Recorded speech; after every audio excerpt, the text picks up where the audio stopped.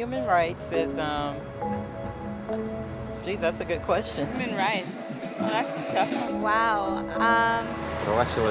I don't even know how to give that a definition. I would probably have to do a little bit of homework or something. Any right that I think just as a normal, human, any... The rights that humans have? That's a very large debate. Mezcla que så mange ting. Tú le puedes preguntar a 20 personas y te van a dar 20 diferentes opiniones. Non saprei, è una domanda complicatissima. Guess we just take them for granted that they're there, but we don't even consider what they are.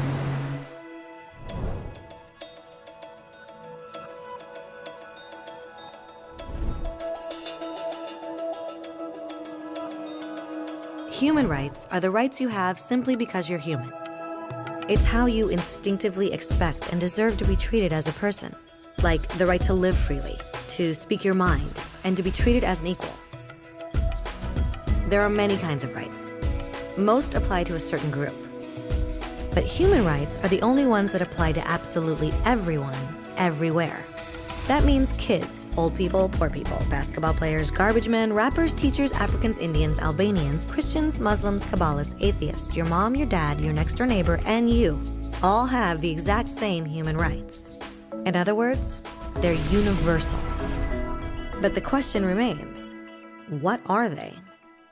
Name the human rights? What the human rights are? The right to live. Equality between all peoples. Right to religion, the right to... Is there supposed to be a list somewhere I should be aware of? According to the United Nations, there are a total of 30 human rights, which are usually lumped together and called simply human rights. They're all listed out in the Universal Declaration of Human Rights, which is the world's most widely accepted document on the subject. But it was a long time in coming. At first, there were no human rights. If you were in with the right crowd, you were safe. If you weren't, well, you weren't. But then a guy named Cyrus the Great decided to change all that. After conquering Babylon, he did something completely revolutionary. He announced that all slaves were free to go. He also said people had the freedom to choose their religion, no matter what crowd they were a part of. They documented his words on a clay tablet known as the Cyrus Cylinder. And just like that, human rights were born. The idea spread quickly to Greece, to India, and eventually to Rome. They noticed that people naturally followed certain laws, even if they weren't told to. They called this natural law, but it kept getting trampled on by those in power. Not until 1,000 years later in England did they finally get a king to agree that no one can overrule the rights of the people, not even a king.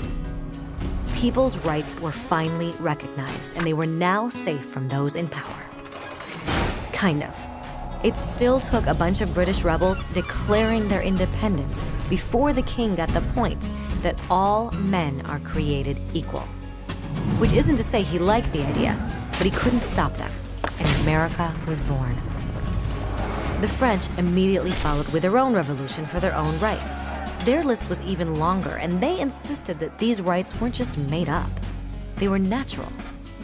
The Roman concept of natural law had become natural rights.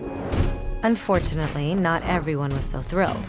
In France, a general named Napoleon decided to overthrow the new French democracy and crown himself emperor of the world.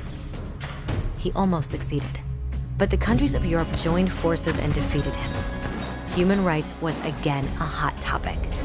They drew up international agreements, broadly granting many rights across Europe. But only across Europe. The rest of the world somehow still didn't qualify. Instead, they got invaded, conquered, and consumed by Europe's massive empires. But then a young lawyer from India decided enough was enough. His name was Mahatma Gandhi, and in the face of violence, he insisted that all people of Earth had rights, not just in Europe. Eventually, even Europeans started to agree. But it wasn't going to be that easy. 2 world wars erupted. Hitler exterminated half the Jewish population of Earth in horrifying Nazi death camps. And all told, 90 million people died. Never had human rights been so terrifyingly close to extinction. and never had the world been more desperate for change. So the countries of Earth banded together and formed the United Nations. Their basic purpose was to reaffirm faith in fundamental human rights, in the dignity and worth of the human person. But what were human rights? Were they the proclamations of Cyrus, the natural laws of Rome, the declarations of France? Everyone seemed to have a slightly different idea of what human rights should be. But under the supervision of Eleanor Roosevelt, they finally agreed on a set of rights that applied to absolutely everyone. The Universal Declaration of Human Rights. The French concept of natural rights had finally become human rights. So, in summary, at first, only a few lucky people had any rights, until one of those guys decided, hey, other people should have some rights too, which was great, except not everyone agreed. And it only took a few thousand years of fighting and declarations and more fighting until everyone finally agreed that human rights should apply to everyone. And they all lived happily ever after. Except for one little problem. If people have the right to food and shelter, why are 16,000 children dying of starvation every day? 1 every 5 seconds. If people have freedom of speech, why are thousands in prison for speaking their minds? If people have the right to education, why are over 1 billion adults unable to read? If slavery has truly been abolished, why are 27 million people still enslaved today? More than twice as many as in 1800. The fact is, when it was signed, the Universal Declaration of Human Rights did not have the force of law. It was optional. And despite many more documents, conventions, treaties, and laws, it's still little more than words on a page. So the question is, who will make those words a reality? I have a dream today.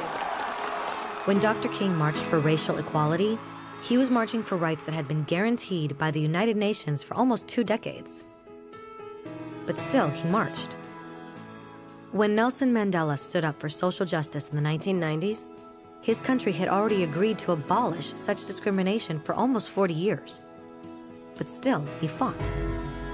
Those who fight today against torture, poverty, and discrimination are not giants or superheroes. They're people. Kids, mothers, fathers, teachers. Free-thinking individuals who refuse to be silent. Who realize that human rights are not a history lesson. They're not words on a page. They're not speeches or commercials or PR campaigns.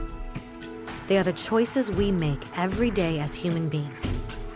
They are the responsibility we all share to respect each other, to help each other, and to protect those in need. As Eleanor Roosevelt said, where, after all, do universal human rights begin? In small places close to home. So close and so small that they cannot be seen on any maps of the world.